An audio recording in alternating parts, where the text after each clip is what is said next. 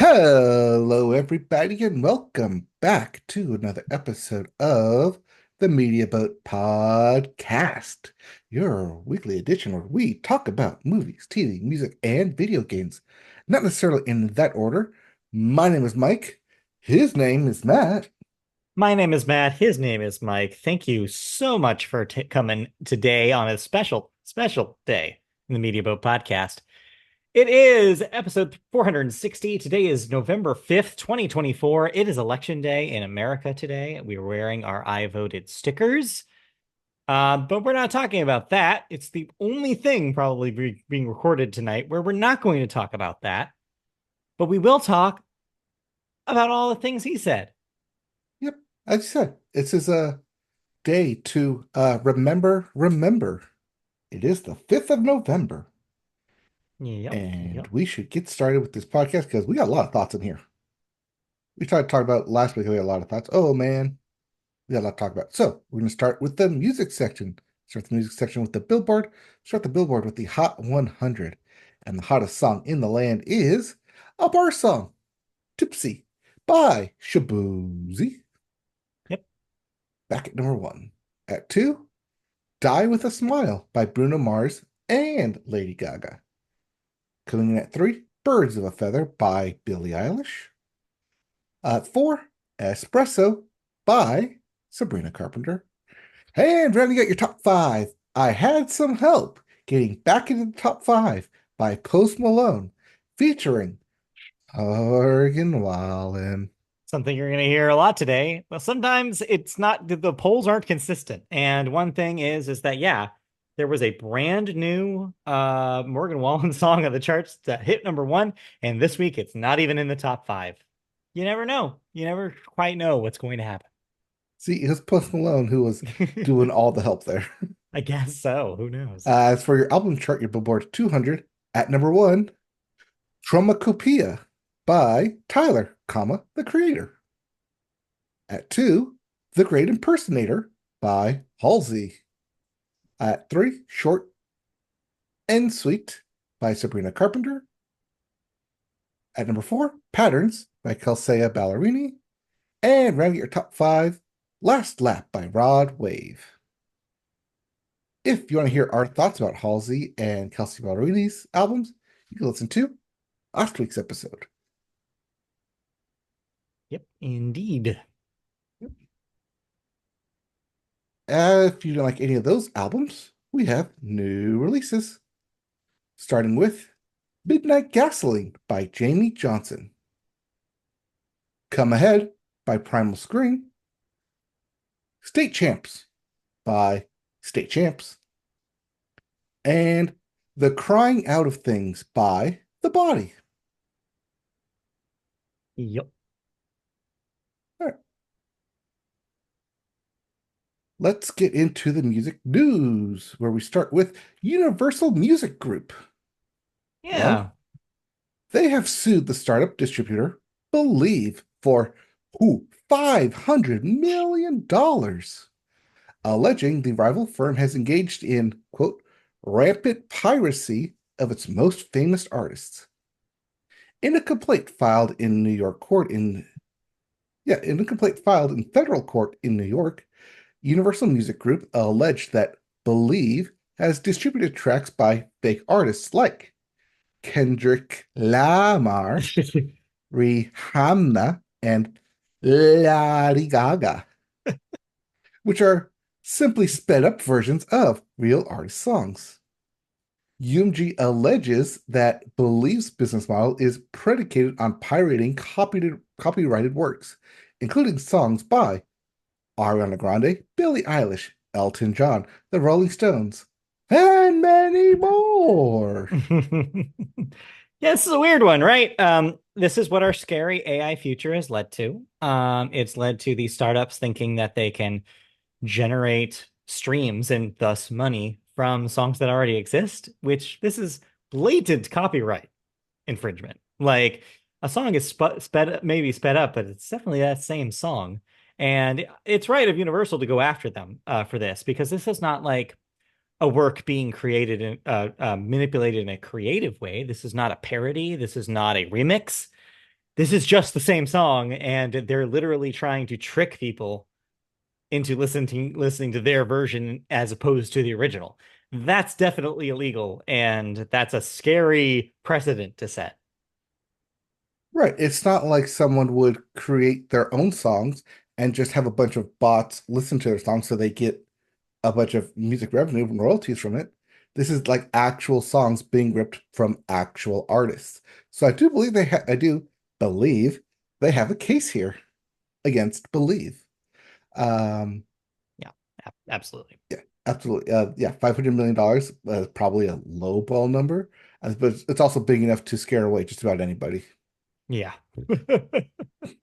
Yeah, they'll shut down pretty soon here. I mean, if that's this, I'm sure that's just the first label that's going after them. Right. But this does bring up a good point is that now you gotta be a lookout for anyone trying to take creative ownership of your own copyrighted works. Scary stuff. Yeah, you don't want to just somehow find out that your voice and audio and episodes are being taken and used by someone else. Yeah, God. Could you imagine if tomorrow we found out that there was a fake Media Boat podcast that was just taking clips of our voices? It's Media Boat with AI on the back Two eye. there. It's Media Boat, but it's two eyes. You can barely tell. No, the eye in the air switched. AI. Yeah, I get it. I get it. All But right. that's not the only music story this week. Well, it's the only one that affects us recently Yeah. because the next one is about a new 10-year deal where LL Cool J no longer has to host the Grammys because the Grammys are moving out from CBS's control onto ABC and the various streaming platforms of Hulu and Disney Plus Mhm. in a new 10-year deal starting in 2027. Yeah, this is interesting to me, and I guess probably a handful of other people for one major reason. CBS has had the Grammys for a very long time. It's been an institution for them. It's pretty reliable for them every year. So one, it's interesting historically that this is changing. But two, it's interesting historically because of something that recently happened with ABC and a certain other music award show, the American Music Awards. If you recall, last year we reported that after years of that being institution on ABC, it was switching owners. Well, that seems to have directly affected this. Without the American Music Awards being a reliable thing that ABC can air every year, they were looking for an award show, and this happened to be in their lap. So this is the move. So it's an interesting thing that ABC basically invented the American Music Awards to be their Grammys, and now they're getting the real thing. So yeah, just historically of note. And how fast do we have to wait until Disney pumps their tentpole films into the Grammys award show It's starting in going to happen right away. 2027? It's going to happen immediately. They're not going to wait on How long do we have to wait until the Disney canon of that. child stars start automatically receiving awards and nominations through the Grammys Now because of that is a this? bridge too far. I don't think that that's going to happen. The Recording Academy would Yeah, never let something like Disney influence them. never. Speaking Never. of the Grammys, I do want to note that next week we will be able to talk about the nominations for next year's Grammys, aka this year's Grammys that occur next year. Um, that those nominees will be announced on Thursday. Yes, on Thursday. Or actually, no, Friday, sorry. On Friday, November 8th. So keep an eye out, keep your eyes peeled for those nominees. I mean, early favorites. I'm sure that Beyonce's Cowboy Carter will be all over this thing. I'm sure you'll see that for Album of the Year. It will go in as the favorite. Note, Beyonce has yet to win an Album of the Year at the Grammys, so that will be interesting if she finally does. And then yeah, you'll see the usual suspects there. You'll see Billie Eilish, you'll see Taylor Swift. But beyond that, there's a lot of question marks. Will Charlie XCX's Brat be be a nominee for the big awards? Possibly. It was a big year for I mean, it Charlie. already won the biggest award ever, Word of the Year. Yeah, that's true. That is true. So yeah, we will talk about that next week. So look forward to that. All right. In the meantime, did you listen to anything? Not that I can recall, kind of a busy week, but you have down here that we both watched a concert film on Netflix that I guess we can talk about here. It Um, belongs here because it's really a sure. double album concert because she only has Yes. two albums. Turns out, yeah, believe it or not. Yes, Olivia Rodrigo, who wrapped up her Guts World Tour earlier this year, has put a filmed version of it on Netflix. So that Guts World Tour film takes you right up there with a front row seat to the Guts Tour. And I don't know really much. If there's much to say about it because it's exactly what you think it is. Well, Um, it's not kind of what you think it is because unlike Taylor Swift, which was at SoFi Stadium, just across the way is the Forum where Olivia right. Rodrigo had the Guts World Tour. See, I A little bit also of a smaller thought this venue. was the Forum, but turns out this was the Intuit Dome. Oh, this was the Intuit Dome? Yeah, I thought it was the Okay, so Forum across the at street then first. from Yes. the SoFi Stadium is Right. the Intuit Dome, Yeah, I also thought it was the I Forum. thought it was the Forum, and then the credits at the end. It was like, oh, Intuit Dome. I was like, oh, that was the Intuit Dome. That's why it Well, didn't look quite. That's why it was still unlike the Forum. It was still like there wasn't both sides, like there wasn't a right. back and front. Yeah. So yeah. But yeah, this is Olivia Rodrigo's Guts tour here in LA. It's her doing all of her hits. Everything's there, everything you'd expect it to. It's quite a show. She knows how to put on a pretty entertaining show. It's not quite as elaborate as the Eras tour. There's fewer big set changes. There's fewer costume changes, but there are some neat things. There's a glass floor that she has occasionally a camera underneath to get some shots from below, which is an interesting move. Um, She was Chapel flying Roan. through the audience on a Yeah, moon. she does ride a moon for a while. And then yeah, Chapel Roan shows up and Hmm. they do Hot to Go. It was entertaining. It was a good show, and just further proof that Olivia Rodrigo is just killing it right now. She has some crazy huge hits and she can perform. She's like in this zone that Taylor's not because she can actually do choreography. She's a dancer almost as much as she's a singer at this point, which is something I feel like you're getting away from with Taylor. But like, it's interesting to see her kind of show all that off. She's going to be around for a while. Yeah, it was fun. It was entertaining. I had a lot of joy watching it, listening to it, going back to both Sour and Guts on the on Mhm. this journey. She does still only have those two albums out, so Right. it'll be interesting to see which ones with more albums stay on the tour and which ones get cut. Yeah, I don't know, but yeah, even with just two records, she shows that she can full a full show and make it just as entertaining as some of her peers who have like twice, three times, 10 times as much. So Yep. it's impressive. It's really impressive. So that's on Netflix if you want to check that out.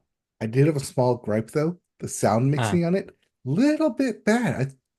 I would like to yeah, hear more of Olivia on it rather than the audience peering through it. I did mention that to Christy when we first started it. I was like, oh, interesting that Olivia's choosing to let a lot more crowd noise than Taylor did. And Mhm. of course, Christy's response to that is, well, Olivia's not a narcissist. Like, fair. Gotta give credit where credit is due. All Yes. right. Eh, Master recordings. All right. Let's go into video games where we start yes. with new releases, Hmm. including Slitterhead for the Yeah. PS4, PS5, Xbox Series X, and the PC. Don't you just love saying that name? Slitterhead. Slitterhead. We also have Ugh. Empire of Ants for the PC, PS5, Xbox Series X. So I didn't know what this was until I saw a YouTube clip. And I was like, it's an RTS dance. I Yep. was like, all right, I'll put that on the list this week. There's also Goat Simulator remastered Sorry about for the the dog. PS5, Xbox Series X, and the PC. Mario and Luigi, Brothership for the Switch. Mhm. To middling reviews. Yeah, I mean, some of them are pretty positive, but that IGN one, that Mhm. five was especially interesting. Yeah, It is that's the a one I saw. new developer for the series. The former developer of the Mario and Luigi games, Alpha Dream, has since shut down. So there's some theories about like, oh, well, they're trying to pick up a mantle and maybe they didn't do it exactly with the same kind of ability as the last bunch. Okay. We also have River City Saga: Three Kingdoms Next for the PC, PS4, and the Switch. Planet Coaster 2 for the PS5, Xbox Series X, and the PC. Death Note: Killer Within for the PS4, PS5, and the PC. I believe that one is a was it MM real RTS? No, not RTS. I have no idea what it MOBA. is. MOBA. It's a MOBA. That's what it Crazy. is. It's a 5v5 King of the Hill style game. Wait, no, not King of the Hill. It's a 1v 1v5, where one person's trying to kill everyone. That's what it is. And lastly, Metal Slug Tactics for everything. Wide release. You got it. You can play it. It's Metal Slug, but tactical. Yep, exactly. And then if you got your pre-order in, the PS5 Pro officially releases. Yes, that's on the 7th. That's on Thursday. We're not getting that. But someone's No. out there, or someone is. I just want to briefly mention that I think Metal Slug Tactics is also on Apple Arcade. I Oh, believe that is getting a simultaneous Apple Arcade release. I could be wrong. I can actually double check that real quick. I mean, we don't really talk about mobile games, but we will No, talk about a mobile game in a little yes, we bit. will in just a moment. Yes, but Um, first we gotta get to the video First, game news, yeah. starting with a perfect update, or rather, a perfect dark update. As the creative director of PlayStation's Wolverine game has joined Xbox's The Initiative to helm its Perfect Dark reboot. So I was wrong. I don't think it is getting an Apple Arcade Uh, release. I just must have seen it somewhere promoted. Anyways, yes. Anyways, as first reported by GameFile, game designer Brian Horton, who was previously named publicly as the creative director of Insomniac's Marvel's Wolverine title, way back in 2021, left the studio in the summer. As reported, uh, double here. Oh, I didn't realize that. Yep. Anyways, yeah, so this is interesting. You see this sometimes happen where a creative director will leave one project to go work on a different company's project. Sometimes this could be just literally they got offered a better job, like more pay elsewhere, or it could just be creative differences. I did see later in this article that there was maybe some creative choices that were being trying to like they were trying to figure out with the Perfect Dark game, which has been kind of in development turmoil for the last few years. This is a game that has gone through multiple versions. It's gone through multiple head studios on the project. So this is yet again another like person taking the helm here and trying to get this thing released. I'm not sure what Right. this It's means for. interesting. See, I thought you would go the other way that's Yeah. interesting because of Insomniac's game leak of last year Yeah. that all the Wolverine stuff got kind of spilled, and maybe he doesn't want to be a part of it anymore. I mean, there's not so much that I can really think of that would really be affected by that. Although you, in particular, might think it's interesting, is that the people who have been brought over to replace Horton on the Wolverine game are none other than a couple of creative heads from the Ratchet and Clank franchise, also at Insomniac. So you're seeing some veteran Ratchet and Clank guys move into head the Wolverine game. And hey, we love those games. So hey, that sounds good to me. Sounds good to me. So Yeah, but I don't imagine Wolverine running around changing his claws out to different style of weapons. yes, but they know how to make fun, fast action games. And Yes. a Wolverine game to me should be a fun, fast action game, just like tearing people up with those claws. Like it should be that kind of kinetic action. So I trust them. I mean, if they why don't to me the perfect like kinetic action game for Wolverine would be similar to like the Arkham Knights or Arkham City games, Hmm. where that Okay. was a very kinetic flow with the combat. All right. A little Maybe different, not so different much of kind the of angle. stealth, but the combat Well, I guess we'll see when that game comes out someday. Who knows? eventually. Eventually. All right. And as we talked about last week, Nintendo has decided to officially launch the Music app where you We can listen didn't to talk about this last week because it hadn't been announced, but the snooze, though. what? No, that's the The alarm Alarmo. That's clock. something else. Yeah. This is Okay. completely different. No, the Nintendo Music app is a phone app that you can download. And if you log into your Nintendo Online account, the same one you use on your Switch, you can stream soundtracks from Nintendo games. It's kind of like their own little Spotify, except if Spotify was just video game soundtracks. And it's not every Nintendo soundtrack. There's not a whole lot of deep cuts there. There's only a handful of albums on there right now. But some classic games are on there, like oh, well, fine. It's not. I didn't. It's not a thought because I didn't download it. Oh, well, you're talking about it. It This seems is like a thought. news. This is news. It's an It was app. new this week. Anyway, but yeah. So if you're curious about if you like Nintendo music, check it out. It's on phones. All right, I'll put it back because we didn't It actually is download news. it. I didn't actually do it this because I'm not a video game music person. It's not Okay. really my thing. Well, it is if it's Pokemon. Even that sometimes. I mean, maybe 9-year-old me wore out my copy of To Be a Master. But that's not even from the game, so that's neither here nor there. So let's move on. Let's move on then. Well, speaking of Nintendo and apps for your phone, Yes. uh, they kind of released one. Well, the Pokemon Company released an app titled Pokemon Trading Card Yes. Game Pocket. Yes. This was something they teased at the Pokemon Direct earlier in the year.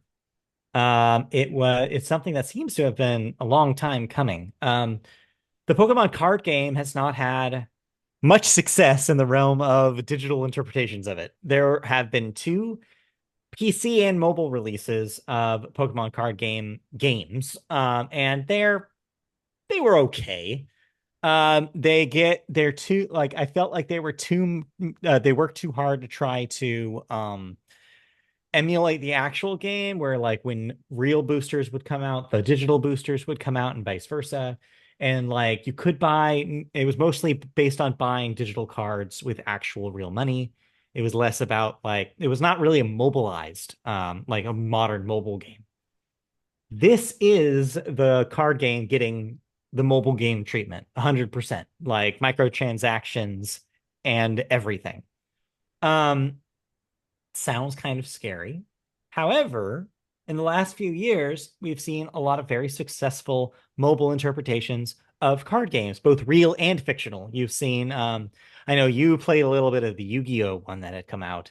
Hmm. There, of course, a recent huge success was Marvel Snap, which is not an original, which was a completely original card game developed um, for a game for to be a mobile game. So it kind of shows that Nintendo was, or at least the Pokemon Company was kind of sitting back and watching what this new trend in mobile game card games were. And I think it was to their benefit because I have to say, they did a pretty good job with this thing. I like what they did with it. Yeah. I like that it's very fresh, like very from the bottom, unlike with the trading card game, which I have downloaded at several different stages at several different times to try and get into and play to it. And I keep getting not just losses, but keep getting overwhelmed with going online. Other opponents like, well, they have all these cards. I feel like I'm at a disadvantage already. But coming in and like a fresh start here and Yeah. very simplified mechanics, Yes. it feels like anyone can come in and be a part of it. Well, I If think, if you don't want to spend all the money to unlock yeah, all the cards. I think the smart thing that they did was the best, like the smartest thing I think they did with this thing was only putting out that one booster, quote unquote, basically one set of cards at a time. It didn't overwhelm you with, oh God, there's all these different boosters I can choose from. No, there's three. And you're just going to keep opening the same three boosters. And eventually you're going to fill out, 226 or whatever total cards. And it's going to take some time and you're going to get a Mhm. lot of duplicates. But hey, we also put in a feature for duplicates. they've thought about every part of the process, which is like really cool to see. So it and the most interesting thing, another interesting thing about it is equally a game about the collecting aspect as it is about the battling. It treats both of those pretty equal, although I would argue maybe the collecting slightly more.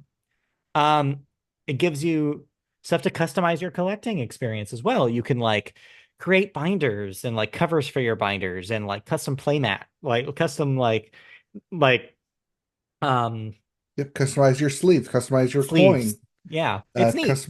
customize your profile too. So people look at your profile, they can be like, "Oh, you have these cards. Oh, you have this background. Oh, you found this and that Yeah. and like other things." Uh, it is very superficial in the details, which I feel like I don't want to spend money on it until I find like that one thing that's like, "All right, you got me. I'm gonna buy it." Yeah, it's like it's clever, almost a little too clever. And this is when we should say it is a mobile game. It does seem like it is very easy to spend real money on this, and probably very easy to spend too much real money on this. Yes, So just that's our warning, I guess, out there to anybody who would be susceptible to that, especially parents of young children. Make sure you're watching them play this game because you could very easily spend some money that you don't have. Um, yes. that being said, the other half of it is the battling aspect, which has been a lot of fun to kind of dive into. The deck building part is pretty easy and intuitive. It's simplified, like I mentioned last week. They've simplified the entire card game. So one, decks are smaller. You don't need to have energy cards because energy is automatically generated. Hmm. I think it's brilliant what they did because honestly, that's what you did in the main game anyways. If you were only limited to using one energy per turn in the first place. So why crud up your deck with energy cards when you can just have one energy distributed per turn? It's brilliant.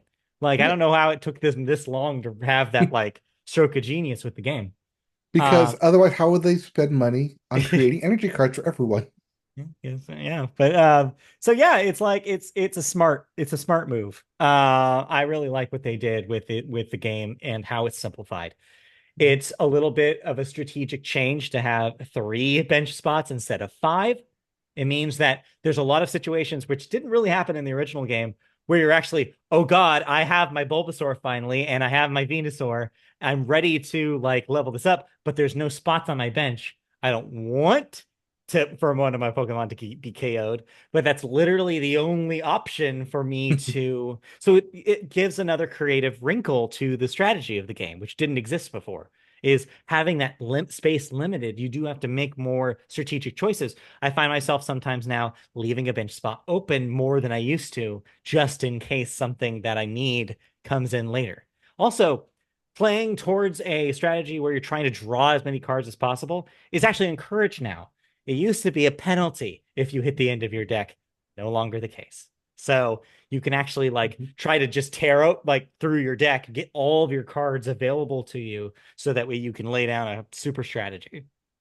I have done that before. I had at the end of my deck, but in order to kind of curtail that kind of thinking, they have added certain bonuses per each match, where if you do it within a certain amount of turns, you Mhm. do it with a certain character, not character, certain type. Type, yeah. That's what I'm thinking of. In Uh, the solo computer matches, yeah, yeah, the solo it's campaigns. Yeah. yeah, which there's a lot of stuff. I actually ended up finally finishing all of it yesterday. I'm done Oh, with all of them. I haven't unlocked, like, I haven't checked all the boxes, but I finished all of the battles. oh, Um, just straight up, you won each battle. yeah, I won all of them. So Okay.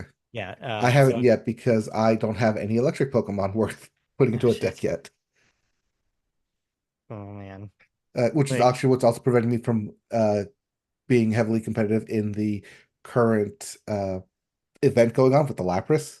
mhm. Is that because I don't have a whole lot of electric Pokemon? I can't one hit KO the damn Lapras, so it keeps getting up to me. That'll do it. Yeah, I haven't played the new Lapras thing that hit today. But I plan on jumping into it later.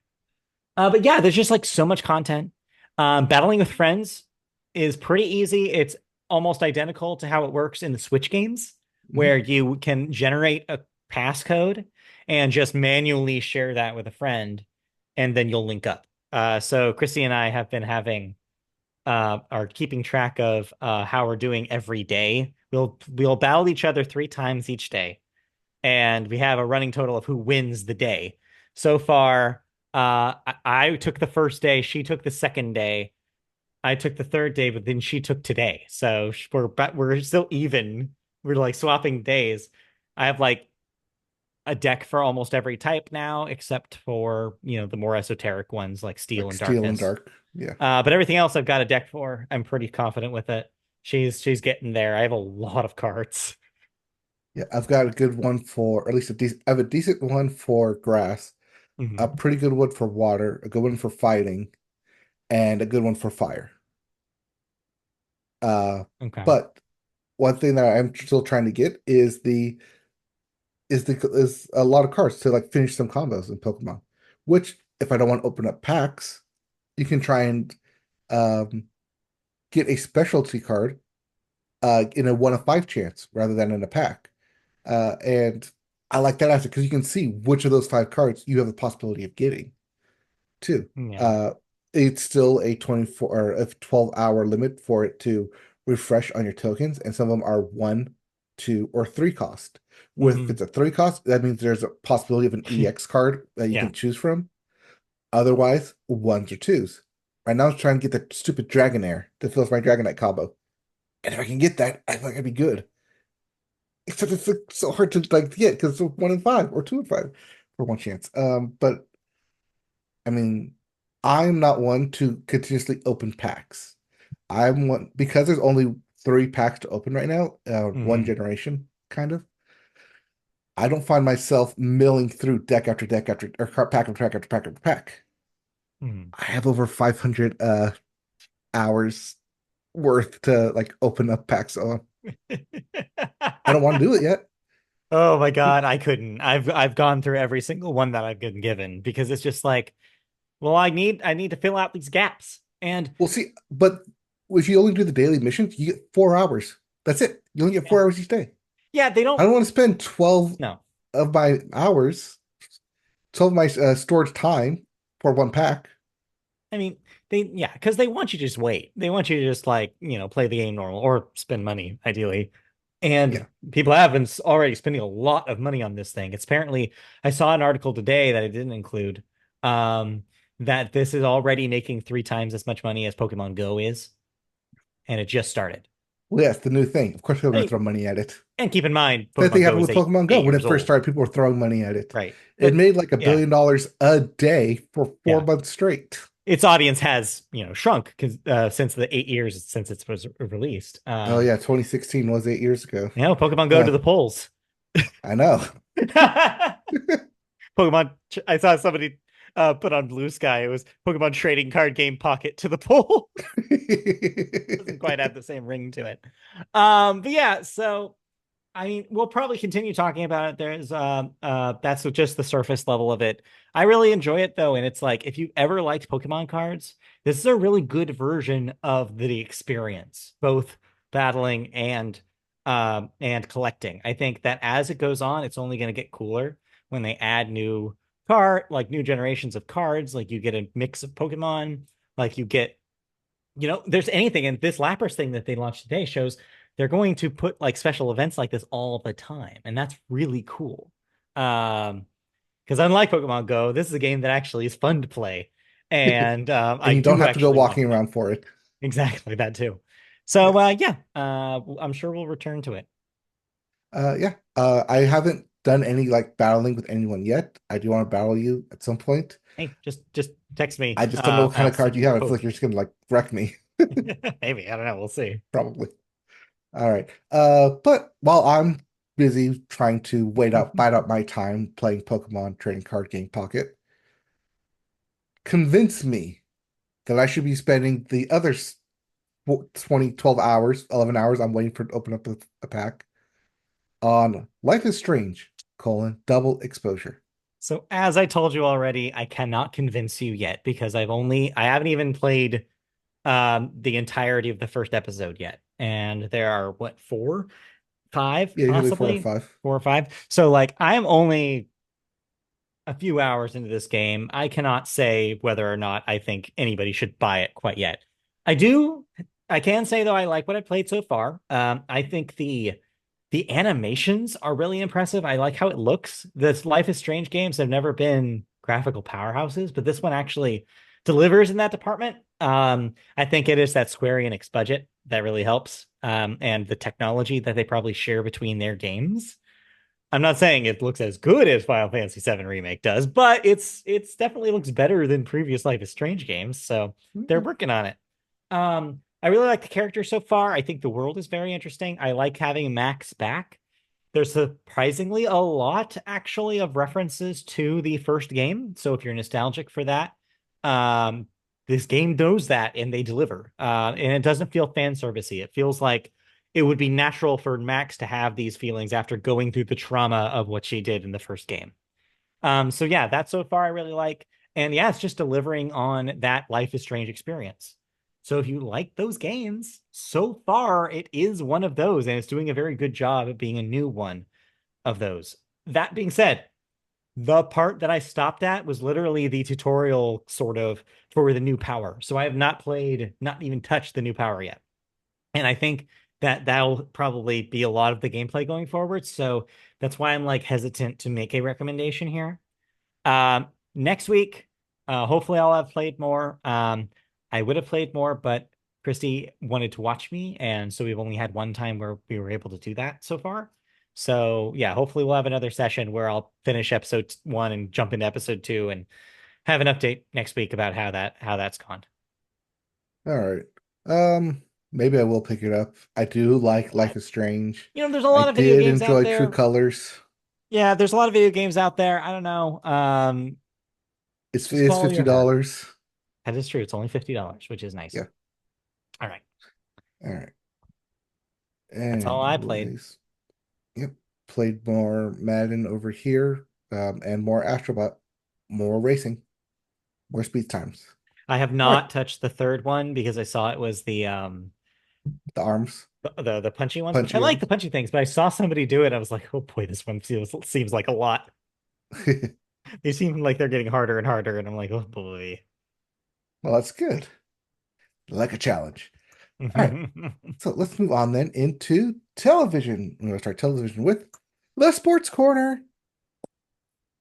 All right. And what a sports week. Yeah, it is Sports Week because, hey, it was the last week where all sports happened. Because the Dodgers crowned them, Otani got a ring. They're your Yep. World Yep. Series They champions. did it. They Yeah. paid too much money to win a World Series. Yeah. The man. What a. Oh, I have to say, 4-1. that World Series was very entertaining. It did deliver. The first and last games, especially, were just absolute stunners, just kept you glued the whole time. Just like they were good games. There were a lot of good games. There was a lot of good baseball played. I think that if you were there to see the best players in the league play, you got what you wanted. You got that delivered. Some amazing pitching, some amazing home runs. Freddie Freeman with a deserved MVP run through the entire thing. Um, you didn't get a whole lot of Shohei Ohtani. You also didn't get a whole lot of Aaron Judge, which is interesting because that's who we thought was going to overperform going into this. They may have had an amazing, probably MVP level regular season, but they just didn't deliver in the postseason like we thought they would.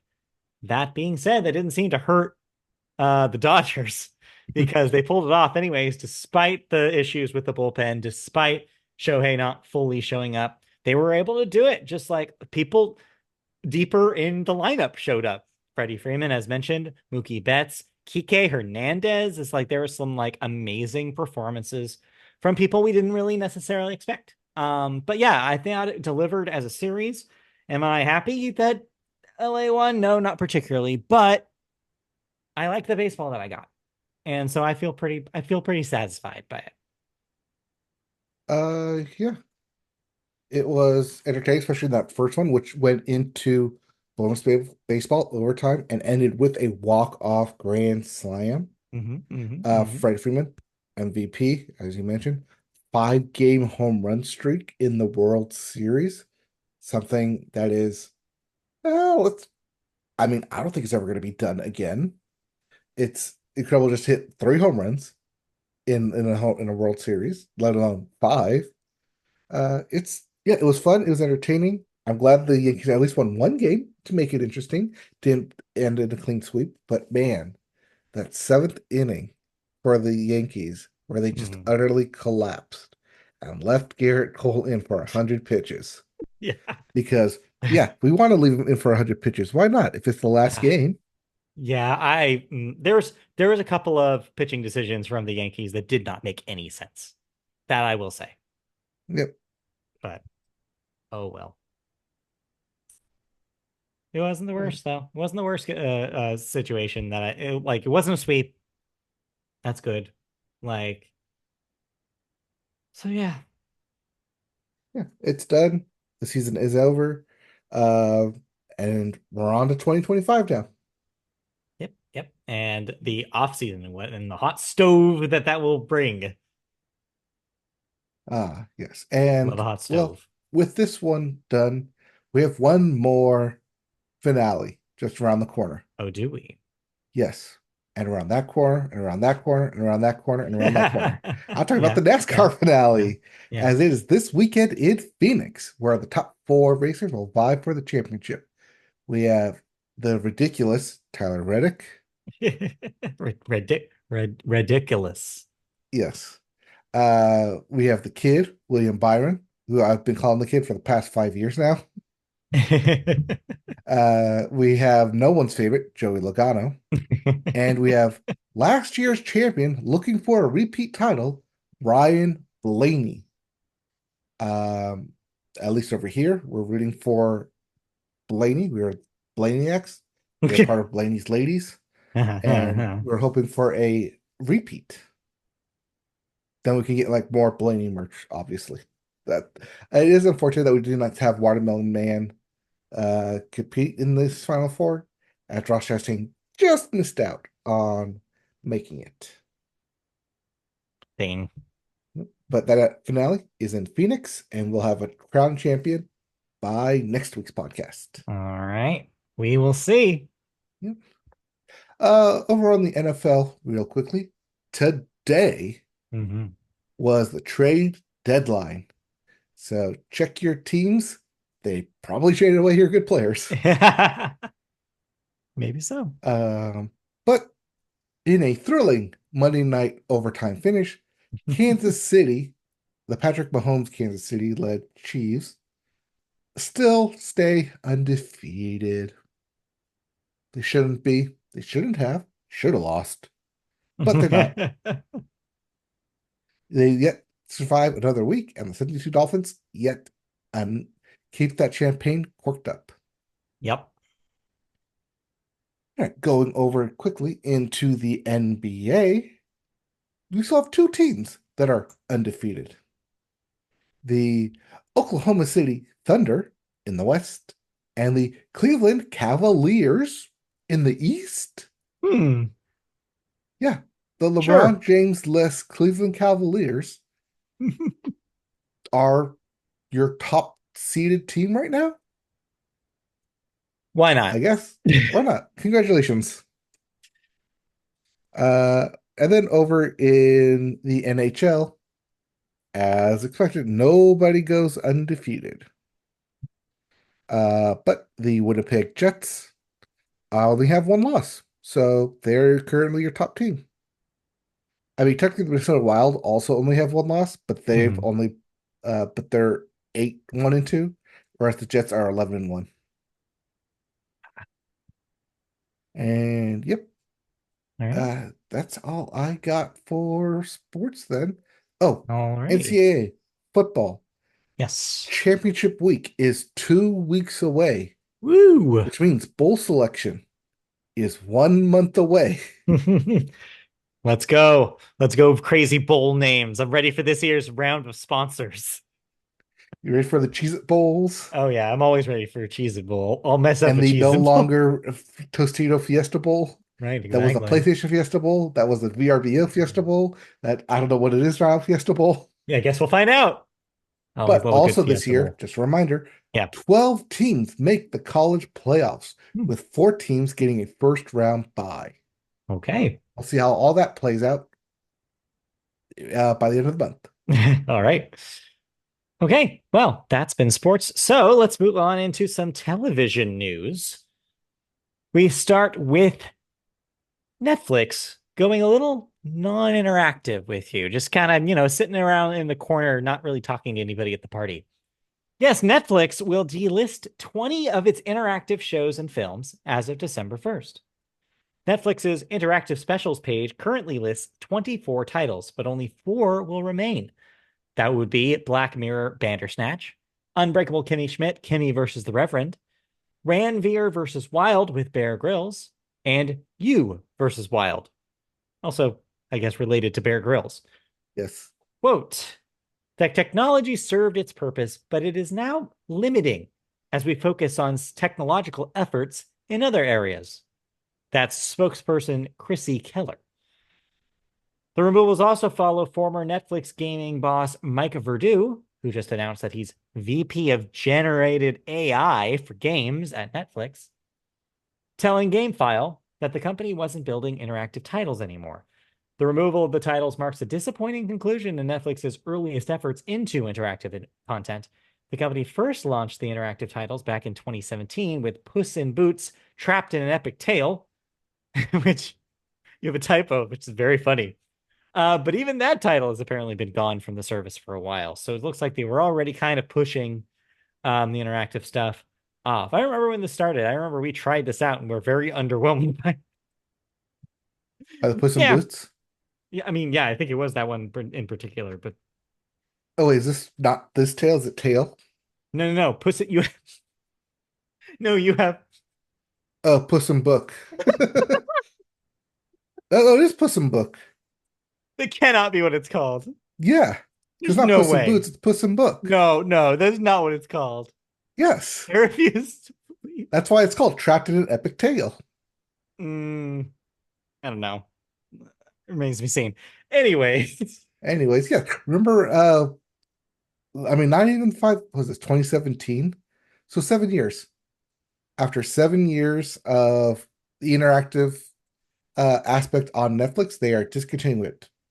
Well, they're discontinuing that version of it because they still have the Netflix games portion available, and as mentioned, Generation AI for games, or Gen I for games. VP Mike Verdu, uh, overcoming more responsibilities there. yeah, what that I do like means, that they're we'll keeping see. at least 2 really good ones here in Yes. Black Mirror Bandersnatch and You versus the Wild. Sure, I guess. I don't know. There's a lot of worry about this. Like, I didn't particularly like their approach to interactive stuff in the first place, but AI for games, that doesn't bode well for me. I don't love how that feels and what means that they might be working on in the future. Right, but this does mean that we lose a lot of the live interactive stuff, like the Wonder Wheel or Yeah, the whatever the trivia verse games, the daily trivias. yeah. That those are now officially being delisted and going away as of December 1st. Oh well. So if you want to do interactive specials, you have 1 month left on Yep, Netflix. yep, yep. Alrighty. Well, that'll do it for television news, but we have some thoughts. We watched a couple of finales this week. I watched one of these. I did not watch the other. I'm not caught up. So why don't What? you start with talking about Agatha All Along, which just wrapped up this past week on Disney Plus. All right. Did you watch this one? I no, this is not the one I watched. I only watched the first episode and I didn't catch up after. That's okay Oh because no. this thing is worth binging. Okay, all right, all right. I had a lot of fun watching it. This is actually one of Marvel's least funded projects, but gets probably the most praise out of all the Disney Plus shows. Following the steps of WandaVision, we follow along Agatha Harkness along the Witch's Road as she and her fellow coven traverse the road in order to gain what was lost. It's a fun, interactive experience built around very strict limitations. Hmm.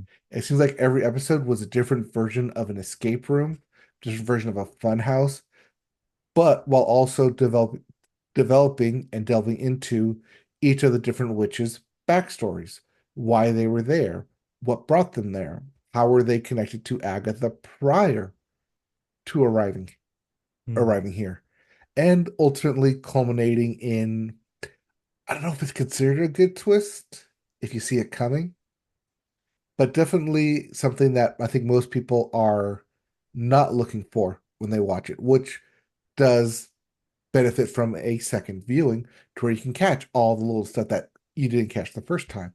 I think that's the one thing that I liked and take away from this is that they knew what they were doing from the start, from episode one through the end here, that they seeded all these clues, all these little hints about how it's going to turn out, and to have it eventually pay off Hmm. shows that the showrunners knew what they wanted. Yeah. Marvel gave them exactly what they wanted, albeit slightly tinier budget, but worked within those confines to produce something that is memorable to watch, that makes you want to go and watch it, that makes people that I've seen everywhere else talk about and try and convince other people to go and Yeah. watch Agatha all along. I mean, it goes well with what we've been talking about with these Disney Plus shows the whole time, whether it be the ones that are based on Marvel or the ones that are based on Star Wars. It seems like the ones that they focus on making a good TV show first are the ones that people like and are the good ones that are really watchable like this. It's when they try to make it connected to a billion things and try to use it as like a springboard to something else is when you can see the lack of effort and you can just feel that it's just not given the same kind of quality. You're right. It does seem like everybody's feeling about this has been they really focused on the things that they knew they were going to be good at with this thing. And they relied on good performances and just and some clever story twists. It's like seems like everybody's really satisfied. Well, I think all that is because Agatha all along doesn't immediately connect to Mhm. another Marvel property Yeah, that it people know doesn't. about. Whereas with WandaVision, you knew when that ended, it'd go right into Multiverse of Madness. When Miss Marvel ended, go right into the Marvels. When Secret Invasion ended, you knew it would go right into the Marvels. When Falcon and the Winter Soldier ended, you knew that would go right into to be a part of Black Widow. Mhm. That Yeah. because they were tied to these other films, these other tentpole properties, that it felt like, okay, this is just the appetizer leading up to the tentpole film. Whereas with Yeah. Agatha all along, you don't have that tentpole. You don't have anything that you're looking forward to that Marvel has already announced. Mhm. So you're on along for the ride, like, okay, this is what this is. This is why Moon Knight worked so well in its series, because they had a singular story to tell and worked within the confines of just that series. Act all along, same thing, confined to just this series. They didn't have to tie it in. They do leave it open-ended, so it can be tied in, but it doesn't need to be that way. And I think that's Mhm. what a lot of these Disney Plus shows where they falter is that they're being forced to be tied in, like you said, to these bigger, grander stories Mhm. when they don't really need to be. They can be their own separate thing. Yeah, I think this is hopefully Disney will see this as an exception for a year that has been plagued with shows featuring women or featuring minorities getting the opposite of this, getting a lot of hate online and getting dogpiled and also not succeeding in ways that they should have. This is the opposite. This is a well-liked show that was about a group of women and was very feminine and had its like and wore that on its sleeve. And I think that that's cool. That's good. That's a good Mhm. energy to bring in to have like such a positive reaction to something like this. And I hope they do more of it. And it seems like they might be setting up for more from what I've heard. Yep. That's one thing that a lot of people take away from here compared to other shows is that all the like the women in the lead roles didn't feel forced. Right. Their characters didn't feel forced into it. Their motivations didn't feel forced into it. It felt natural. It was written natural. Well, it's also written because it's written in the comic books and they're just taking from the source material. But Helps. when you don't try to shoehorn in stuff and take from a good source material, you end up with a good product. Marvel Mhm. has endless good source material. Use it. Yeah, no, absolutely. And so yeah, it's very, very cool. I'm glad that this is getting such a positive reaction. Yeah. All right, All right. cool. Uh, but we watched something else and we finished something Yes. else. Yeah, we also wrapped up Only Murders in the Building. This is its fourth season. And you know what? I like the show, but I've always felt a little like it's still like there's a little bit about it that doesn't really sit super well with me. I feel like it's like 80% there, but that extra 20% sometimes rears its head. And by the time this season wrapped up, that extra 20% was nagging at me again. In comparison to last season, which had, I think, more of I feel like this was less of a shocking reveal. It was more of a, oh, okay, reveal at the end. And Hmm. thus at the end, I didn't really feel like I had like been riveted, the whole time as much as maybe last season. I think this season had its ups and downs. I like a lot of the new characters. I like the vibe of it. But generally speaking, by the end of it, I wasn't like, oh boy, what a season of television. It was just like, okay, they did this again. I wonder if maybe it's just diminishing returns. Part of it is diminishing returns, and I think a bulk of it is, at least for me, how many coincidences can you put into the show to where it's not, Yeah. pardon the Ron Howard joke, jumping the shark yet. Yeah. Yeah. Well, and there's, it's not without its plot holes either. Like, where did those additional cameras come from? Hmm. Like, who was watching them? Don't know. That never It's solved. never addressed. And I mean, it was, I think, an interesting thing that I feel like it was a little bit of a cheat was them putting in plot points in this season that poked holes in the first season. And I was Right. like, that's kind of unfair. Like, let's move on from that's old stuff. I don't Right, know. but it's also unsolved stuff, which I hope they eventually like get around to solving. Yeah. I don't know. I think that show still works because of its core cast. Yes, It's the still core very trio. strong. It still works for like what it is. Um I don't know if they were trying to go for a Selena Gomez Emmy here, but I feel like that she has more of a chance with this season than she did last season. I think they Hmm. really figured out her character in a way that they hadn't really previously. I think they really zeroed in on what that character is. And I think Selena does a good job with what she's got. It'll be interesting if she goes for the Oscar campaign and the Emmy campaign next year. There's some The Oscar rumblings that she's campaign. yes, there are some rumblings that this film that she was in, they're going to try to do an Oscar push for her. So you heard Okay. it here first. All right, we'll see. But Zendaya in Challengers. Yeah, we'll see. But yeah, I mean, like, it's still a good show. I still like what it's doing. Like I said, a lot of the new characters are great. I mean, you put Richard Kind in anything, and Yes. come on. Um, but yeah, there's just something nagging at me about it, and I don't know quite what it is, but like, it's still good for what it is. Like I said, for me, it's the coincidences. It's Mhm. how are these people, one, living in this building, all connected when it feels like they shouldn't be, especially with the directors and the teacher. It's like, okay, that's a little too coincidental that you're trying to put a red herring there. Yeah, Having access to like, okay, that's a little too incidental that you're able to get access to that room. yeah. Um, like trying to the more it tries to purposely give you red herrings and throw you off, the more it feels like, okay, you like I know watching the show for 4 seasons, that's not the true case, even if you're trying to make it seem like it. Yeah, it does it a little too much time. Hmm. But I think what got to me at the very end is that because they did so little time setting up the uh antagonist motives that they had to shoehorn in a huge monologue in the final episode so you could see how it all ties in and not like, oh, here's the little breadcrumbs that you missed throughout the season.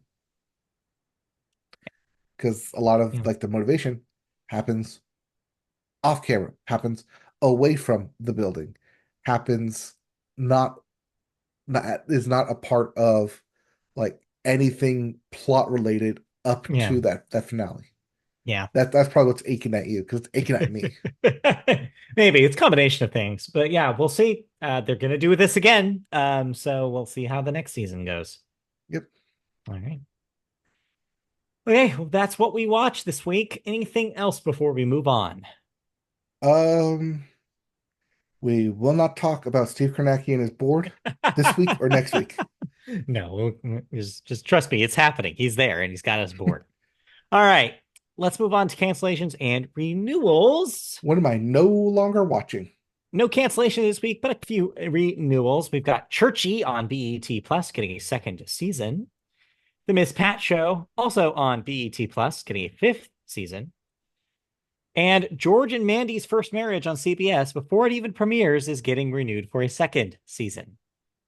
Uh, Most likely a second season. It Yeah, got picked up for a full season for season one. got it. That usually bodes well for season two. Okay, so we'll And this see. is the spin-off of the Yes. spin-off of Big Bang Theory. Yeah. Wow. Talk about a classic move. Anyway, next up, we got a couple of deaths, a couple sad ones actually this week. First up, Terry Garr, age 79, actor, famous for roles such as a role in Tootsie, also Young Frankenstein of note here. A comic legend, just extremely funny. And yeah, just also, I recommend looking up late night clips from when she was a guest on several late night shows back in the day. She's just funny lady, definitely a big loss in the Yep. comedy world. Oscar nominated for that role in Oscar Tootsie. nominated. That's true. But of course, we also lost in the music world this week, just yesterday, Quincy Jones, age 91. Obviously, we barely need to tell you who Quincy Jones is. You probably know. But yes, Hall of Fame rock record producer, produced mega singles like We Are the World and Thriller. In fact, produced the entire record Thriller, still the best-selling record of all time. Mhm. And also other Michael Jackson records around that era, including Off the Wall and Bad, was kind of synonymous with peak Michael Jackson in a lot of ways, but didn't stop there. The man just did so much for music. He also composed film scores. You have, of course, the classic soul bossa nova on here, which is famous.